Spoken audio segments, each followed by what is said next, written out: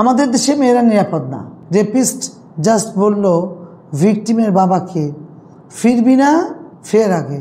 এখন তো ঘুষটাও খেতে পারতেছে না, জিডি নেবে না, যে এরা সুশীল আর বাদ বাকি সব অশীল। সোশ্যাল মিডিয়াতে মেয়েদেরকে হয়রানি, এটা বন্ধ করার তো আমাদের তো এখন সেই জুতা আবিষ্কারের মতন হলে তো চলবে না। আমাদের একটা মেকানিজম তৈরি করতেই হবে, যেই মেকানিজম এটা হার মাত্রা কমাবে। যদি কেউ এই ধরনের ক্রাইম করে তাহলে সে অবশ্যই বিচারের আওতায় আসবে। সেটার জন্য আইন নাই তা কিন্তু না, আছে আইন। ডিজিটাল সিকিউরিটি অ্যাক্ট ছিল, যেটা মিসইউজ এবং অ্যাবিউজ করে শেষ পর্যন্ত সেটা মুছে ফেলতে বাধ্য হলো। তারপর পর্নোগ্রাফি অ্যাক্ট আছে। আপন ভাইয়ের সাথেও ছবি তুলি, আমার ভাই পোজ দিতে পারে না যতক্ষণ পর্যন্ত না আমি অনুমতি দিব, এবং সেই ছবি পোজ দেওয়ার সময় আমার ভাইকে অবশ্যই লিখে দিতে হবে আমি আমার বোনের সাথে বোনের অনুমতিক্রমে এই ছবি পোজ দিলাম। তার মানে আইনটা কত শক্ত। অথচ হর হামেশা দেখবেন ফেসবুক বা অন্যান্য কোনো মাধ্যমে সমানে পোস্ট দিয়েই যাচ্ছে। কিন্তু এই যে মেয়েদের উপর যে ক্রমাগত সোশ্যাল মিডিয়াতে এই ধরনের একটা আক্রমণ চলছে, এটা কিন্তু একটা সমাজের চিত্র। ডিজিটাল যুগে প্রবেশ কিন্তু রিক্সাওয়ালারও হয়েছে, দারোয়ান, পিয়ন, ড্রাইভার, কাজের লোক সবারই হয়েছে।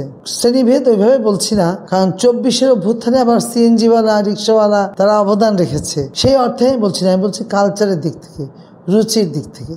এখন কয়টি ছেলে কয়টি মেয়ে খেলার মাঠ পায়, সমস্ত কিছু দেখবেন আপনি এই একটা হ্যান্ডসেটের মধ্যেই জীবনটা বন্দী হয়ে গেছে। ইউটিউব দেখে রান্না শেখা, পোশাক চুজ করা, ফ্যাশন জানা, ফেসবুক দেখে দেখে কার কি অবস্থা বোঝা, সবকিছু তো আমরা ফেসবুকে পোস্ট দিচ্ছি, মানুষকে জানাচ্ছি। বিশেষ করে সবার কাছে খুব অ্যাভেলেবেল হয়ে গেছে। যখন একটা জিনিস খুব অ্যাভেলেবেল হয়ে গেল, সেই অ্যাভেলেবিলিটি গ্রহণ করার জন্যে আপনার শিক্ষাটা থাকা দরকার। যেই জায়গাটা থেকে আমি পিছিয়ে আছি, আমাদের দেশ, আমাদের সমাজ, আমাদের সংসার পিছিয়ে আছে।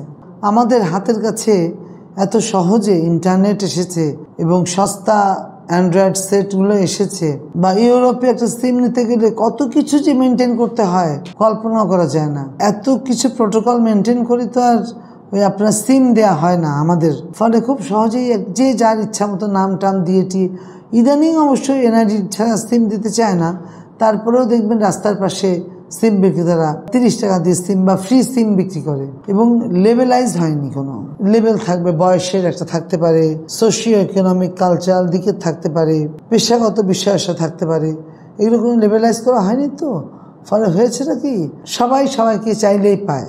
এই যে আমাদেরও জ্ঞানের অভাব, আমরাও র্যান্ডাম চয়েস দিয়ে দেই। কোনোদিন কোনো একটা রেস্তোরাঁয় বসে চা খেয়েছিলাম, সেই রেস্তোরাঁর বয় আমাকে ফ্রেন্ড রিকোয়েস্ট পাঠিয়েছে, আমি নিয়ে নিলাম, এবং সেই রেস্তোরাঁর বয় ছবিগুলো ফটাফট ডাউনলোড করে তারপরে সেগুলো আবার মেসেঞ্জারে পাঠিয়ে বলছে, ম্যাম এটা খুব ভালো হয়েছে, এটা আমাদের রেস্তোরাঁয় এসেছে, তুলে এগুলো পোস্ট দেবেন। আমরা ওপেন করে দিয়েছি মার্কেটটা। তো মার্কেট ওপেন করে দিলে যেটা হয়, সবার তো সমান হজম ক্ষমতা না, কিছু বদহজম হবে। সেই বদহজমের রেশগুলো আলটিমেটলি আমাদের দেশে মেয়েদের উপর এসে পড়েছে। এবং বিস্মিত হবেন যে আমাদের পর্নোগ্রাফি আইনে যে মামলাগুলো হয়, সেই মামলাগুলো পরিচালনা করার জন্য আলাদা আদালত আছে। কিন্তু আরও বিস্মিত হবেন এটা শুনে যে সেখানে সরকারি যেই নিয়োগপ্রাপ্ত আইনজীবীরা, যারা কিনা প্রোটেক্ট করবে রাষ্ট্রের স্বার্থ, কারণ এই মামলাগুলো তো থানাতে হয়, থানাতে হলে সেই মামলাগুলো পরিচালনা করার দায়িত্ব হচ্ছে সরকারি আইনজীবীদের। তাদের কোনো প্রস্তুতি নাই, তারা আইনটা সম্পর্কে জানে না, এবং আসামিরা বেকসুর সব খালাস পেয়ে যাচ্ছে। যে মামলার জাজমেন্ট হয়ে যায় সে মামলা নিয়ে আমরা বলতে পারি, বিচার চলাকালে আমরা বলতে পারি না।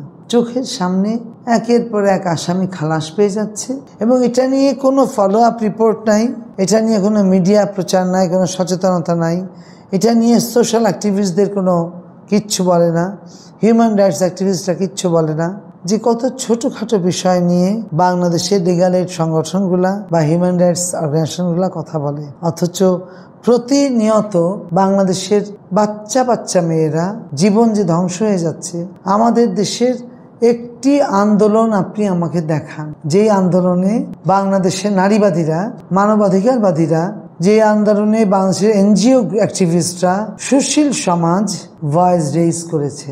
বাংলাদেশে তো একটা মিডিয়া গ্রুপ খুব সুন্দর করে শ্রেণী বৈষম্য তৈরি করে দিয়েছে। তারা ব্রাহ্মণ এবং নমশূদ্র ভাগ করে দিয়েছে, যে এরা সুশীল আর বাদ বাকি সব অশীল।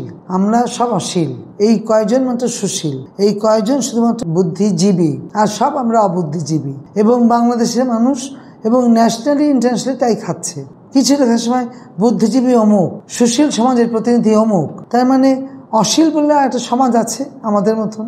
এই কোনো সমাজ ব্যবস্থা বাংলাদেশের এই নারী এবং শিশু এদেরকে নিয়ে সোশ্যাল মিডিয়ায় হেনস্থা নিয়ে কথা বলে না। যখন ঘটনা ঘটে যায় তখন তারা বুঝে না বুঝে, জেনে না জেনে কেউ কেউ মুখ খোলে। একটা প্রেশার গ্রুপ এই পর্যন্ত তৈরি হয়নি। আওয়ামী লীগের আমলে, বিএনপির আমলে সেই আমলগুলো এবং তার ফাঁকে ফোকরে যে সমস্ত অন্তর্বর্তী সরকার আসছে সেই আমলগুলোতেও কোনো একটা প্রেশার গ্রুপ তৈরি হলো না যারা মেয়েদের এই সমস্ত বেসিক রাইটস, নাগরিক অধিকার, আমি মেয়েদের অধিকারও বলবো না, নাগরিক অধিকারগুলো নিয়ে কথা বলবে বা বলে। প্রশ্ন আসতে পারে যে তাহলে আমাদের পরামর্শটা কি? খুব সাধারণ একটা কথা বলতে চাই এবং আমি বারবার বলি, this is the right time. এই মুহূর্ত পর্যন্ত অন্তর্বর্তীকালীন সরকার, তার প্রতি আমাদের শ্রদ্ধা, বিশ্বাস, আস্থা আছে। তার যে একজন উপদেষ্টা আছেন, তার মধ্যে একজন উপদেষ্টা আছেন নারী শিশু উপদেষ্টা, মহিলা বিষয়ক উপদেষ্টা শারমিন মুর্শিদ। তিনি আবার ব্রতী এনজিওর মালিক এবং তিনি আবার নির্বাচন পর্যবেক্ষণ করতেন। তার আমলে অন্তত আশা করেছিলাম তিনি কিছু কাজ দেখাবেন। যেহেতু তার পারিবারিক ব্যাকগ্রাউন্ড, তার লেখাপড়া ব্যাকগ্রাউন্ড, তার কর্মক্ষেত্রের ব্যাকগ্রাউন্ড ভিন্ন, সম্পূর্ণ ভিন্ন এবং অত্যন্ত উঁচু মাপের, ভেবেছিলাম উনি আমাদেরকে কিছু দেখাবেন। তার মধ্যে একটা দেখাবেন এই যে ইফটিজিংটা বন্ধ করা, সোশ্যাল মিডিয়ায় মেয়েদেরকে হ্যারাসমেন্ট বন্ধ করা। হ্যারাসমেন্ট হলে পরে ভেবেছিলাম আসিফ নজরুলের মতো আইন উপদেষ্টা উনি নিশ্চয়ই এমন কিছু করবেন যাতে এই দিকটা, ভেবেছিলাম একটা আন্তঃমন্ত্রণালয় সমন্বয় কমিটি গঠন করা হবে, যা প্রত্যেক গভর্নমেন্টের সময়ই ছিল। আমি এই সরকারের আন্তঃমন্ত্রণালয় কমিটি আছে কি নেই আমি জানি না। এবং দুঃখের সাথে বলতে হচ্ছে যে নারী শিশু মন্ত্রী, মহিলা বিষয়ক মন্ত্রী এই পর্যন্ত ইফটিজিং নিয়ে, চাইল্ড হ্যারাসমেন্ট নিয়ে, চিলড্রেনদের সেক্সুয়াল কোনো ভায়োলেন্স নিয়ে উনি কিছু বলেননি। প্রতিকার কিছুই উনি আহ্বান করেননি, কিছুই না। তো সেই জন্য আমি একটু আপসেট এই জন্য যে এমনকি আইনমন্ত্রী বারবার তার বলা উচিত যে পর্নোগ্রাফি অ্যাক্ট আছে, যে আইনগুলো বিষয়ে সচেতন করতে পারতো। পানিশমেন্টটা দৃষ্টান্তকারী পানিশমেন্ট দিয়ে সেই পানিশমেন্টটা মিডিয়ার হাতে তুলে দিতে পারতো। মিডিয়ার ট্রায়াল বলছি না, আমি বলছি আদালতের বিচারের রায়টা তুলে দিতে পারতো যে আপনারা এটা পাবলিশ করেন, এটা করলে এটা হবে। অবিশ্বাস্য ঘটনা, রেপিস্ট বেকসুর খালাস পেয়ে বের হওয়ার সময় জাস্ট বারান্দায় দাঁড়িয়ে রেপিস্ট জাস্ট বলল ভিকটিমের বাবাকে, ফিরবি না, ফের আগে। ভিকটিমের বাবা ভয় পেয়ে কাছাকাছি দাঁড়ালো। পরে আমি জিজ্ঞেস করলাম কি ভয় দিল আপনাকে? বললো যে আমার মেয়েকে রেপ করছিল, মামলা করছিলাম, মামলায় খালাস পেয়ে গেছে, এই জন্য হুমকি দিয়ে গেল। আমরা এক্ষুনি যান থানায়, জিডি করেন, যাবে না, নেবে না, মুক্তমুখ, এটা সেটা। থানায় পাঠানোর পরে কোতোয়ালি বলে এটা আমাদের না, এটা যেতে হবে শ্যামপুর থানা। শ্যামপুর থানায় যে সে জিডি করার চেষ্টা করলো, কি বলছে করে নাকি, একবার হয়েছে, বহু বছর তো জেলে ছিল, যান বাদ দেন। থানা পুলিশ জিডি নেয় না। কোথায় যাবে মেয়েগুলা? আমরা কোথায় যাব? পুলিশের কাছে ঘুরতে ঘুরতে ঘুরতে ঘুরতে ঘুরতে, আগে তাও পয়সা করে বিনিময়ে 1000-2000 টাকা দিলে জিডি নিত, এখন তো ঘুষটাও খেতে পারতেছে না, জিডি নেবে না।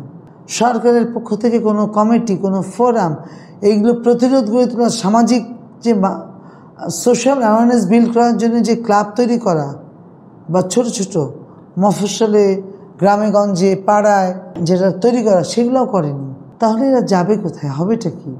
আইন তো আছে, আইনটা জানে না, জানলেও মানে না। মামলা করতে গেলে পুলিশ হয়রানি করে। আইনি সহায়তা দেওয়ার জন্য যথাযথ প্রতিষ্ঠান, সংস্থা বা আইনজীবী নাই, কারণ এত দীর্ঘদিনের ব্যাপার স্যাপার এগুলো আইনজীবীরা করতে চায় না।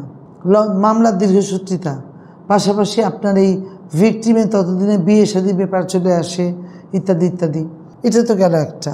এটা অন্য সাইডটাতে সোশ্যাল মিডিয়া, এবং এই সোশ্যাল মিডিয়াতে এআই কী সব বেরিয়েছে, পাশাপাশি তার আগে থেকেও কাট পেস্ট, এটা সেটা জোড়াতালি দিয়ে যে কারো একজনের মুখ, একজনের শরীর, আরেকজনের হাত, আরেকজনের পা ভাগ ভাগ করে এইগুলা বন্ধ করার জন্যে এত আইটি ডিজিটাল এক্সপার্ট আমাদের দেশ হয়ে উঠছিল, সেই ডিজিটাল এক্সপার্টাইজটা কোথায় কাজে লাগলো? কোন জায়গাটায় কাজে লাগলো? মেয়েদেরকে হয়রানি করার ক্ষেত্রে, কিন্তু প্রোটেক্ট করার ক্ষেত্রে কোনো কাজে লাগেনি।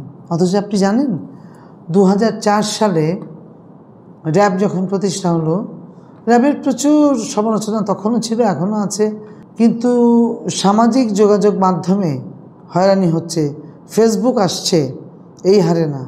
তখনও অনেক কৌশলে ফেসবুক 2-4 জন ইউজ করতে পারে। সেই সময় একটা আইপি দিয়ে একটা ভদ্র মহিলাকে হয়রানি করা হয়েছিল এবং র্যাবের চৌকস দল সে আইপি ট্র্যাক করে যথারীতি একদম সেই ট্র্যাক করে করে বের করে ফেলল কোন দোকান থেকে এই প্রোপাগান্ডা ছড়ানো হয়েছে। এবং আজকে তো IOM নাম্বার দিয়ে খুব সহজেই বের করা যায়। অথচ আমাদের দেশে ইন্টেলিজেন্স এরা কোনো সোশ্যাল ডেভেলপমেন্টের ক্ষেত্রে কাজ করেনি। এরা সবসময় তাদের মোটো নিয়ে গেছে পলিটিক্যাল। তার মানে বিষয়টা এই দাঁড়ালো, নারীর স্বাধীনতা, নারীর হেনস্থা, এটা নারীকে একাই ভোগ করে আসতে হয়েছে। কোনো গোয়েন্দা সংস্থা, কোনো মিডিয়া, কোনো অ্যাক্টিভিস্ট, কোনো সরকারি বেসরকারি প্রতিষ্ঠান, ব্যক্তি, সামাজিক সাংস্কৃতিক সংগঠন কেউ কখনোই আসলে এর বিরুদ্ধে ভোকাল হয়নি। কিন্তু আমরা তো এই সরকারের কাছে খুবই প্রত্যাশা করি। এতগুলো CRPC, CPC, এত অ্যামেন্ডমেন্ট হয়েছে, DSA অ্যাক্ট বাতিল করে দিয়েছে, সব ঠিক আছে, আমি সেগুলো অ্যাপ্রিসিয়েট করছি। কিন্তু মেয়েদের হয়রানি বন্ধ করার জন্যে স্পেশালি সোশ্যাল মিডিয়াতে রাষ্ট্রবাদী হয়ে মামলা করার উদ্যোগ নেওয়া বা সোশ্যাল মিডিয়াতে মেয়েদেরকে হয়রানি করা হলে এই সরকার অভিযুক্তের বিরুদ্ধে কি পদক্ষেপ নেবে দিক নির্দেশনাও দিতে পারলো না। এমনকি যে নারী কমিশন করলো, সেই নারী কমিশনের রিপোর্ট আমার কাছে এখনও আছে, টেবিলেই আছে। ভিকটিম গ্রুপকে পুরাই অ্যাভয়েড করে গেছে। অন্য সব বিষয় আছে, সবার বিষয় আছে, ভালোই আছে, বরং একটু আমি বলবো সময়ের চেয়ে এগিয়ে ঘটনা ঘটিয়েছে, পরামর্শ দিয়েছে, প্রস্তাব দিয়েছে। কিন্তু বেসিক্যালি এই যে সোশ্যাল মিডিয়াতে, এই প্ল্যাটফর্মে আমাদের যে আমরা যে সাবলীলভাবে স্বাচ্ছন্দ্যভাবে একটা পোস্ট দিতে পারি না, সেটা আসলে এই গভর্নমেন্টের আমলে এত জ্ঞানী গুণীজনের মানে সমারোহ ঘটেছে, এত চমৎকার সমস্ত দেশের থেকে কারেন্ট জাল ফেলে ছেঁকে ছেঁকে উপদেষ্টা নিয়োগ দেওয়া হয়েছে। তাদের মধ্যে 4 জন নারীও আছে। কিন্তু আমি দেখলাম না সামাজিক যোগাযোগ মাধ্যমে কন্যা শিশুদের বা মেয়েদের বা মহিলাদের যাদেরই হোক, এদের যে নিরাপত্তা, এদের যে নিশ্চয়তা, এদের যে হয়রানি, এদের যে মানে হেনস্থা, কোনো কিছুর ব্যাপারে সোচ্চার হলো, সরব হলো, অথবা বলল এইটুকু যেটা অন্যায়, এটা করলে এই বিচার হবে, এই সাজা হবে।